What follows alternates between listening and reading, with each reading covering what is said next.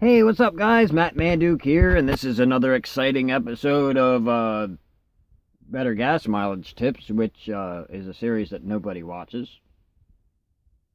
I think it's got like 4 views, and been up there for a month. But hey, nobody cares because gas is cheap. Won't be forever, guarantee it. Anyway, on the bomb. Yeah, so this episode is about don't top it off. Now, I get it if you're paying with cash, you probably want to round it up to the dollar because change is a pain in the butt. All well and good. But realistically, it's not good for the car to top it off because there's a system called the evap emission system. And what does that do? Well, that actually takes the fumes out of your gas tank and burns them on top of your engine with the rest of your gas in order to lower your emissions and stop the gas fumes from entering the environment. Sounds like a really good idea, right? It is, but factually, if it's damaged, it doesn't cause your vehicle to run poorly. It does just give you a check engine light.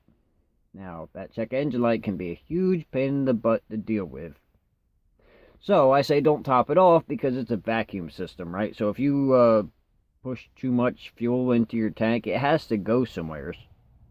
If you got a cap on the other end, you're putting extra pressure on the gas cap, so it could break the seal on the gas cap, but more likely it's going to get sucked into the vacuum line, because that's what that does. It's a vacuum line.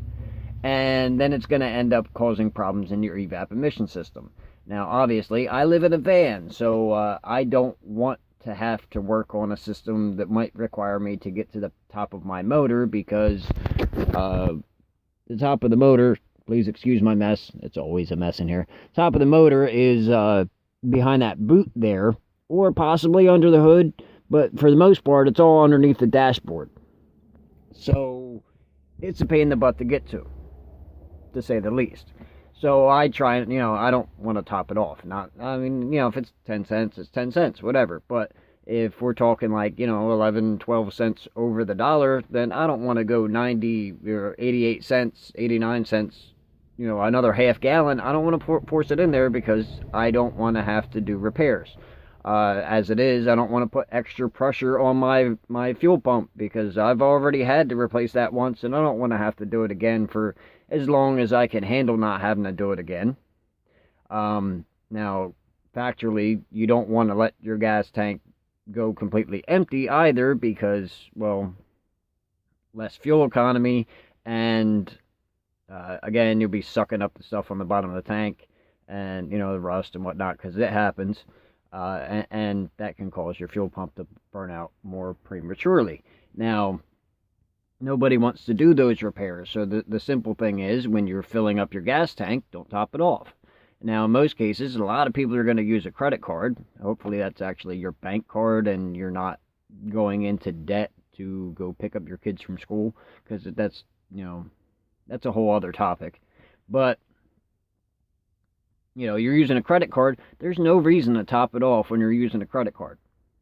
I never do. When I'm pumping your gas, I don't do it. Because it's like, if you tell me to, then yeah, that's fine, but it's really not good for the car, so I don't do it.